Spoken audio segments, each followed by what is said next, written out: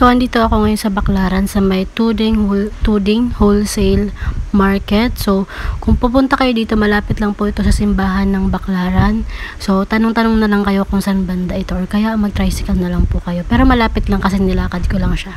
So, papasok kayo dito sa area na to kasi nga marami siyang may offer as in 50 pesos isang sandals. Kung nakikita nyo sa online, mahal po siya.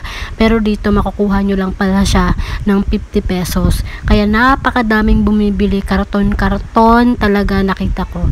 So dito kayo pupunta sa may Tuding Market sa Baclaran. Yan. Papasok ako dito sa loob. Ayan, meron din sila mga sapatos at ito yung mga sandals na mabibili online na medyo mahal, nasa 250 pesos to 350 pesos. Pero dito mabibili nyo lang talaga siya ng 50 pesos. Dito po talaga sila kumukuha ng mga paninda online, lalong-lalo na yung mga resellers natin. So ayan, makikita nyo may mga sapatos din sila dito na ino-offer, pero may wholesale to at may minimum of order sila, nasa 3 pieces and up. Pero may next vlog ako na tungkol sa sapatos lang na mabibili nyo ng 200 pesos each to down to 100 pesos. So lalabas lang ako dito sa building na to, and then paglabas ko may makikita ulit kayong ganitong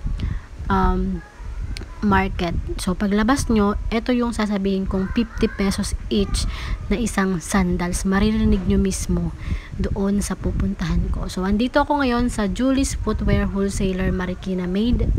Ayan, diba? Maganda. So, pasok muna ako dito kay kuya. Magtatanong tayo kung ano yung mga price nila dito. Dahil next na store nila, mas mura po.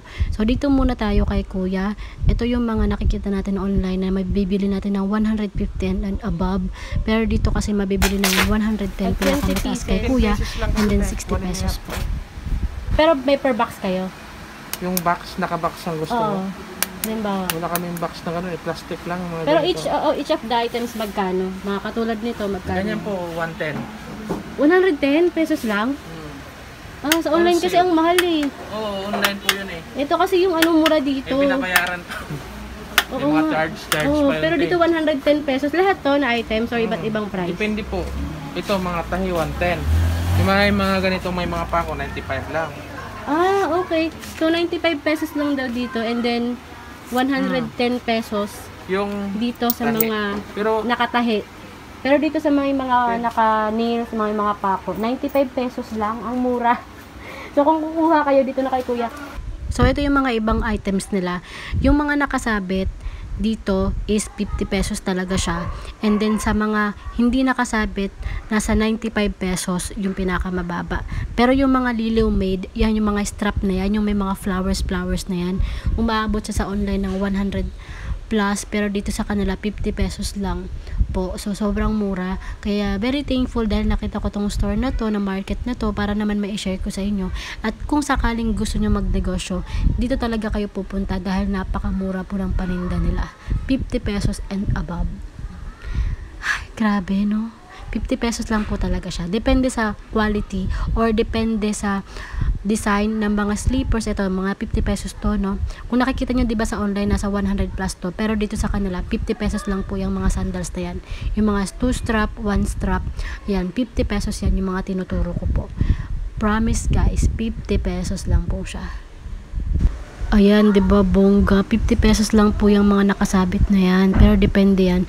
Yun lang yung pinakamataas, yung pinakita kong 110 pesos. Pero all and all, talagang almost ng kanilang mga tinda is 50 pesos po. So, visit nyo si Kuya Alfred. So, ayan, diba, ang gaganda. So, sa mga gustong magsimulang magnegosyo, dito po kayo pwede pumunta para naman makatipid kayo and then makapagsimula kayo sa maliit lang po na puhunan. So, ayan, visit nyo yung kanilang shop or kanilang Facebook page. May contact number din sila.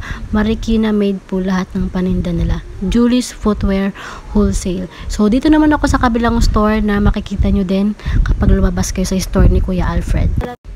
Thank you guys for watching and don't forget to subscribe sa aking YouTube channel. Please pakipindot yung bell dyan sa baba para ma-notify kayo sa lahat ng aking videos. Thank you!